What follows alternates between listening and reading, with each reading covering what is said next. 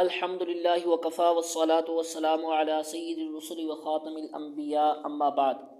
محترم سامعین، ہم اسود انسی ملعون کا قصہ تفصیل سے بیان کر رہے تھے جب حضرت فیروز دہلوی رضی اللہ تعالیٰ عنہ نے اس ملعون پر حملہ کیا جو کہ اونٹ کی طرح قوی ہیکل تھا، لیکن فیروز نے اس کی گردن توڑی اور اس کی کمر پر گھٹنے دبا کر بیٹھ گئے اور اس کو قتل کر دیا۔ پھر باہر نکلنے لگے تاکہ باقی ساتھیوں کو اطلاع کر دیں۔ اعزاز نے کہا کہ کہاں جا رہے ہو مجھے چھوڑ کر؟ آپ نے فرمایا کہ ساتھیوں کو اطلاع دینے جا رہا ہوں۔ چنانچہ وہ سب لوگ آ کر اسود کا سر کاٹنے لگے، لیکن اس کے شیطان نے پھر اس کو حرکت دے دی۔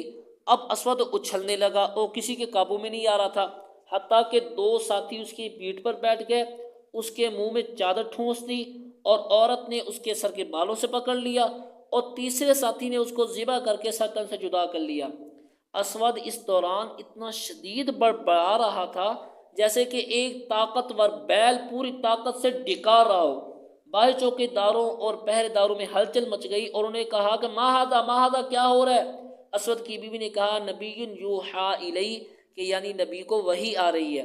وہ لوگ واپس ہو گئے اور اسود کذاب ٹھنڈا ہو گیا۔ اس طرح ایک خبیث ملعون کا خاتمہ ہو گیا اور مخلوق خدا اس کے فساد سے بچ گئی۔ اب قیس، فیروز اور دازویہ مشورہ کے لیے بیٹھ گئے کہ اس کے قتل کا اعلان کیسے کیا جائے۔